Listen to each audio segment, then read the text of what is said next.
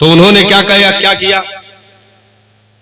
अपने पादरी को खड़ा किया और कहा कि अब कोई भी कलमा पढ़ने वाला नहीं जो तुझे रोके टोके। अब तू पैगंबर के खिलाफ बकवास कर, तू दीन के खिलाफ बकवास कर, जितना गाली देना चाहे, नबी को गाली दे दे, मादल्ला दीन को गाली दे दे, अब कोई रोकने वाला नहीं। अपने फौजियों के सामने तू अपनी भड़ास निकाल ले। पादरी खड़ा हुआ, जैसे उसने नबी की शान में जबान दराजी की, खेमे की चोप से, सोने की जंजीर से वजीर का कुत्ता बंधा हुआ था, भौंकने लगा। लोगों ने कहा लगता तेरी स्पीच से भौंक रहा है। तो उसने कहा कि नहीं, पालतू है। पालतू तो वाकई था, लेकिन किसी और का था, वो लोग जान न सके। दूसरी बार उसने बकवास की, कुत्ता फिर भौंकने लगा। तीसरी बार बकवास की, उसने सोने की जंजीर तोड़ी, छलांग लगाई, पादरी के गले की नली पकड़ कर लटक गया। जब तक वो मर नहीं गया उसने छोड़ा नहीं।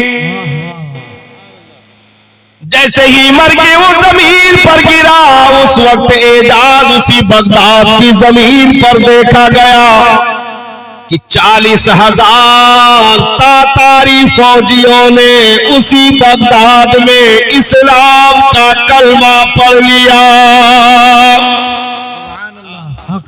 40,000 फौजियों ने इस्लाम का कलमा पढ़ा। और फिर जो बगदाद से परचम इस्लाम उठा तो पूरी दुनिया में फिर से मुसलमान छा गया।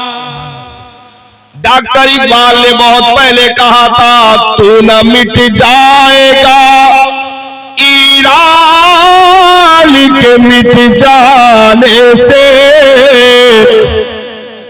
तू न मिट जाएगा ईरान के मिट जाने से। नशे में को ताल्लुक नहीं पैमाने से, है आया यूं रश्ता तार के अफसाने से। अरे पासबा मिल गए काबे को सनम खाने से। तो इस्लाम की फितरत में कुदरत ने लचक दी है। जितना ही दबाओगे ये उतना ही उभरेगा। तो सारे अदियान इस्लाम के आने के बाद मंसूख। अब दुनिया में कोई भी ईसाई नहीं हो सकता। अब दुनिया में कोई भी यहूदी, मतलब हजरत मूसा का मानने का दावा करने वाला नहीं खड़ा हो सकता। अब कोई भी दुनिया में हजरत ईसा के मानने का दावा, मतलब नबी के तौर पर, कलमे के तौर पर, दीन के तौर पर, अलग शरीयत के तौर पर मानने का दावा करने वाला खड़ा नहीं हो सकता। क्योंकि पूरी दुनिया में सिर्फ एक गालिब मजहब रखा गया जिसे मजहब इस्लाम कहा जाता है। हाँ, क्योंकि परवरदिगारे आलम ने इस मजहब में वो चीजें रख दी हैं कि इंसान को बाहर जाने की जरूरत नहीं हो सकती। बाहर जाने की जरूरत नहीं हो सकती। जैसे घर में एक तो छगड़ी बांधो, माने हो, देखो छुटा न जाए। छगड़ी बांधो, छगड़ी का काव काव चाहिए भाई, चोकर चाहिए, चूनी चाहिए, भूसी चाहिए, रोटी चाहिए, आटा चाहिए, मतलब जो खा लिए जाए खा लिए। बरसीन चाहिए, चरी चाहिए, घास पत्ता, गोभी पत्ता, आम पत्ता, हो गया काम भरे खोए के गिरा है गया। मतलब ये सारी चीज तू घर में लाए कर रख दियो। चोकर के सारे अकसाम रख दियो, पत्ते के सारे अकसाम रख दियो, घास के सारे अकसाम रख दियो, और वका आंगन में यहाँ बढ़िया दे दियो आजादी की जोन खाए को खाए लियो। ऊ देवार फांद के जाए के दूसरे खेते में बरसीन चरे तो वकरे साथे कौन हश्र हुए चाहिए? वकरे साथे कौन हश्र हो चाहिए? वकरे साथे यह हश्र हो चाहिए कि यतना लबियदा मारो कि बिस्मिल्लाह अल्लाह अकबर कहा से पहले ठंडाए जाए। हाँ। हश्र यही हो चाहिए कि जब सब कुछ अपने पास मौजूद है तो अगर गैरों में मुंह मारा तो फिर उसका हश्र खराब होगा, खराब। दीन इस्लाम ने पैर के नाखून से लेकर सर की चोटी तक मुकम्मल कानून जिंदगी, इंसानी जरूरतों की सारी चीजें, तबई चीजें, रूहानी चीजें, जिस्मानी चीजें, हर एक चीजें इस दीन में जमा कर दी। अब कोई जाकर किसी गैर के यहाँ दूसरी चीजें तलाश करे तो फिर उसे इस जमीन पर रेंगने की इजाजत नहीं है, क्योंकि सब कुछ होते हुए तुमने दूसरी तरफ मुंह क्यों मारा। तो अब उसे गुनहगार नहीं बल्कि गद्दार कहा जाएगा। हाँ, गद्दार कहा जाएगा। जैसे एक जन के नाम अभी मशहूर बहुत रहा, जल्दी हुआ करत है, कुछ दिन पर कुछ लोग मशहूर हुआ करत है, लेकिन कितने बदनसीब है जो दूसरे हिसाब से मशहूर होते हैं। हाँ भाई, मशहूर तो एक वकील भी होता है, मशहूर तो एक डॉक्टर भी होता है, लेकिन मशहूर एक तवायफ भी होती है। हाँ, लेकिन दोनों की शोहरतों में जमीन आसमान का फर्क है। वसीम रिजवी के ताल्लुक से सुनो, समय नाम सुनो है? तो वह उसी के नाम पर हमने ये मिसाल दिया है कि जब सारी चीजें मौजूद हो और बकरी छलांग लगा दूसरी तरफ देखे तो उसका हश्र क्या होना चाहिए? यही होना चाहिए। दीन इस्लाम ने माँ की गोद से लेकर के कब्र की गोद तक मुकम्मल कानून जिंदगी अता फरमाई। और वो चीजें अता कर दी कि दुनिया में दूसरी जगहों पर आपको तलाश करने से भी मिलने वाली नहीं। हाँ, जैसे सरकार की बारगाह में कुछ कैदी बांध कर लाए गए, रस्सियों में जकड़ कर लाए गए। उनमें हातिम ताई की बेटी भी थी, हातिम ताई की बेटी भी थी। अब जाहिर सी बात है, कैदी है तो कैदियों की तरह सलूक होगा। सबको बांध कर लाया गया, औरतों को औरतों के घेरे में, मर्दों को मर्दों के घेरे में, सबको रखा गया अलग अलग। इतने में सरकार दो आलम सल्लल्लाहु अलैहि वसल्लम की मुबारक निगाह पड़ गई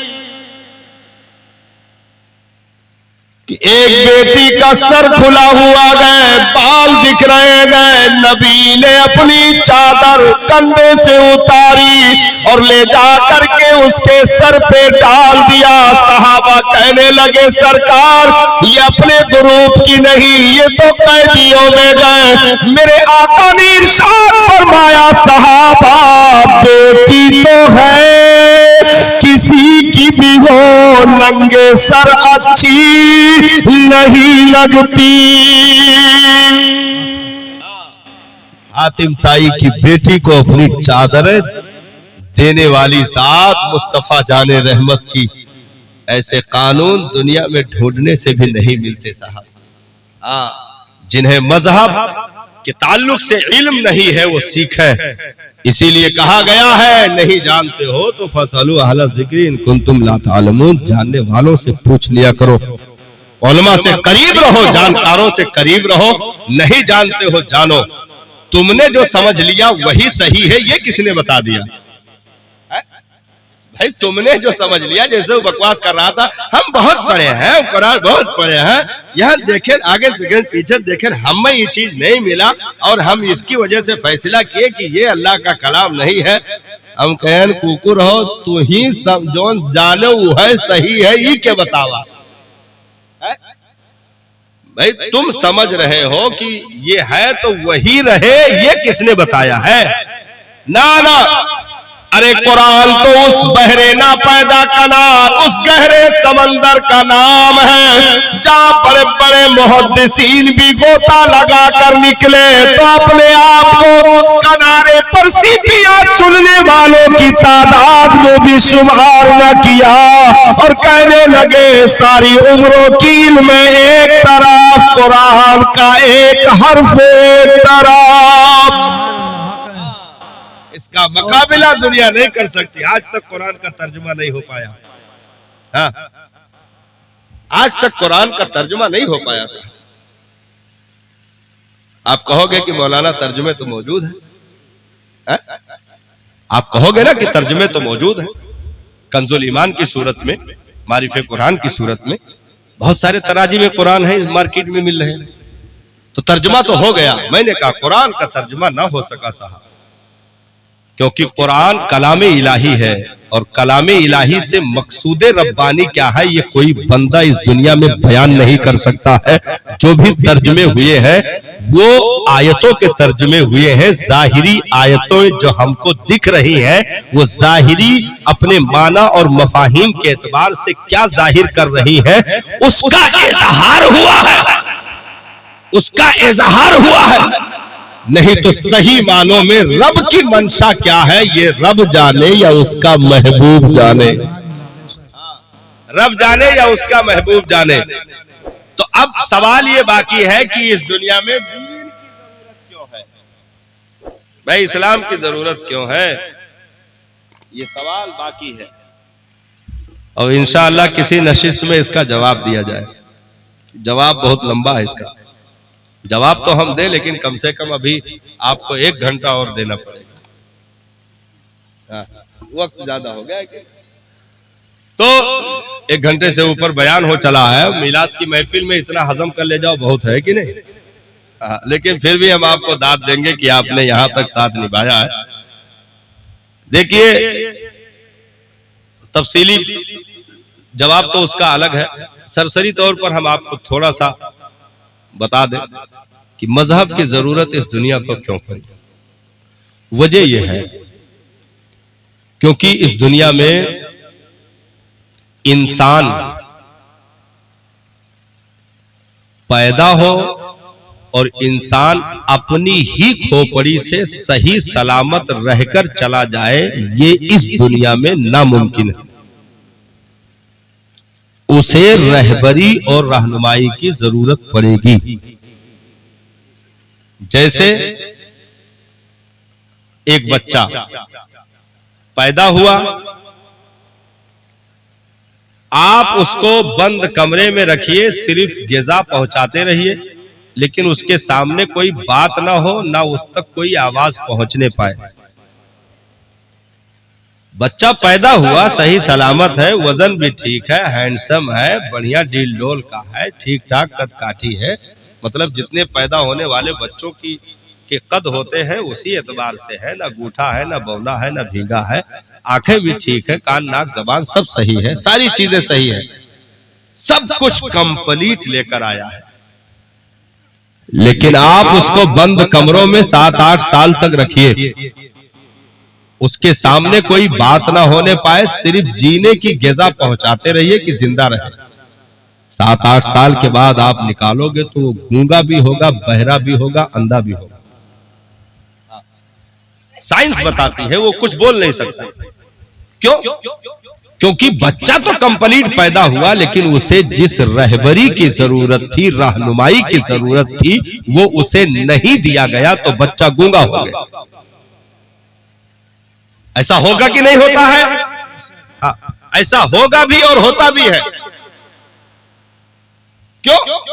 क्योंकि बच्चे का सही सलामत पैदा होना ही काफी नहीं है, बच्चे का कंप्लीट आना ही काफी नहीं है, बच्चे की आंखें जबान नाक कान का सही होना ही काफी नहीं है, बच्चे के हाथ पैर को जो है दुरुस्त होना ही काफी नहीं है, बल्कि उन चलते हुए पांव को बाप के पांव के ताकतों की जरूरत है, उन उठते हुए हाथों को बाप के मजबूत उंगलियों के सहारों की जरूरत है, उन जबानों को, माँ को अपनी जबान को तोतली जबानों में तब्दील कर लेने के बाद उसकी जबान में गुफ्तगू करके माँ को सिखाने और उस बच्चे के साथ एक औरत को बच्चा बन जाने की जरूरत है। उसके सामने एक बाप को अपने पंजों को जमीन पर, घुटनों को जमीन पर रख करके पंजों के बल रेंग करके बच्चा बन जाने की भी जरूरत है। यानी बचपन के लिबादे में जब तक जवानी ना उतरेगी उस वक्त तक बचपन को शऊर नहीं आ सकता। तो बोलने का हुनर तुम्हें देना है, अगरचे कंप्लीट है, समझने का शऊर तुम्हें देना है, अगरचे कंप्लीट है, नाक कान के इस्तेमाल तुम्हें बताने हैं, अगरचे कंप्लीट है। यानी सारी चीजें तो दुरुस्त लेकर आया, लेकिन रहबरी न मिली तो गूंगा हो जाएगा। ऐसे ही पूरी दुनिया की जो भी मखलूक दुनिया में आएगी, इन मखलूक में जो अशरफुल मखलूकात है जिन्हें इंसान कहा जाए, ये पैदा हुए, औरत भी मौजूद, मर्द भी मौजूद, जवान बूढ़े बच्चे भी मौजूद, आज़ा भी सही सलामत, कदकाठी भी दुरुस्त, कते भी मौजूद, कुव्वतें भी मौजूद, सारी चीजें मौजूद तो है। लेकिन इन इंसानों की जमात को जब तक रहबरी न मिलेगी उस वक्त तक इन्हें शऊर नहीं आ सकता। तो दुनिया के खाने पीने चलने बात करने के लिए दुनिया की रहबरी जरूरी है। जन्नत तक सफर करने के लिए पैगंबर के रहबरी की जरूरत है। दुनिया के खाने पीने लुकमों के रहबरी के लिए इंसानों की, माँ बाप की रहबरी की जरूरतें हैं।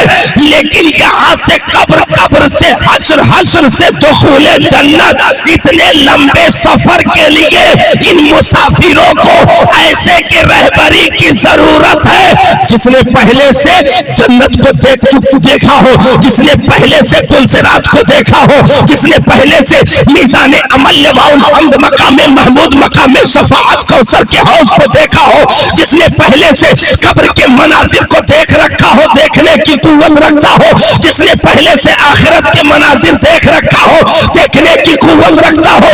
यानी दुनिया में तुम किसी इंसान की रहबरी लेकर के जन्नत तक नहीं पहुंच सकते। वही ले जाएगा जो पहले जा चुका हो, जो रास्ता देख चुका हो, जो रास्ता चल चुका हो। तो ऐसी निगाहों की जरूरत है जो तुमसे ज्यादा देखने की ताकत रखे, पूरी कायनात से ज्यादा कुव्वत रखे। ऐसे जबान की जरूरत है कि वो जबान जिसको सब कुन की कुंजी कहे, उसकी नाफिज हुकूमत पे लाखों सलाम। ऐसे समाअत की जरूरत है, दोनों नजदीक के सुनने वाले वो काने लाने करामत पे लाखों सलाम। ऐसे आंखों की जरूरत है। और कोई गैर क्या तुमसे नेहा हो भला, जब ना खुदा ही छुपा तुम पे करोड़ों दुरूद। ऐसी उंगलियों की शफकतों के उंगलियों की जरूरत है कि उंगलियां हैं फैज पर, टूटे हैं प्यासे झूमकर, नदियां पंजाबे रहमत की है जारी वाह वाह। ऐसे कदमों के सहारों की जरूरत है कि जिसके तलवों का धोवन है आबे हयात, वो जाने मसीहा हमारा नबी। रहबरी की जरूरत है इस उम्मत को साहा। तो दुनिया में तुम किसी इंसान के पीछे चलकर आखिरत का सफर मुकम्मल नहीं कर सकते जब तक कि उस अजीम रिफार्मर, उस हादी का सहारा न मिले जिसने यहां से लेकर के रब के हुजूर तक दना फतदल्ला काबा कौसैन वदना के मनाजिर से गुजर चुका हो। माजागल बसरू हमा तका, जिसके तमगे जिसको नियाज के तौर पर दिया जा चुका हो, एजाज के तौर पर अता किया जा चुका हो। ऐसी निगाहों की तुम्हें जरूरत है जो जमीन पर रह करके जमीन के नीचे भी देखती हो, जमीन पर बैठे लोहे महफूज के तहरीरों को पढ़ने का हुनर रखता हो, जो अर्श आज़म की बुलंदियों से ऊपर भी परवाज का हुनर रखता हो। ऐसे शाफ़े महशर की तुम्हें इक्तिदा की जरूरत है, उनकी इत्तिबा की जरूरत है। तो Europe, Paris, America, Africa, London, इन तमामी दुनिया के नंगे लुच्चे लफंगे मुल्कों की तुम्हें तहजीब को अपनाने की जरूरत नहीं है, क्योंकि इनकी तहजीबें तुम्हें जहन्नम तक ले जाएंगी, लेकिन मुस्तफा की तहजीब तुम्हें जन्नत की खुशबू अता करेगी, जन्नत का रास्ता अता करेगी।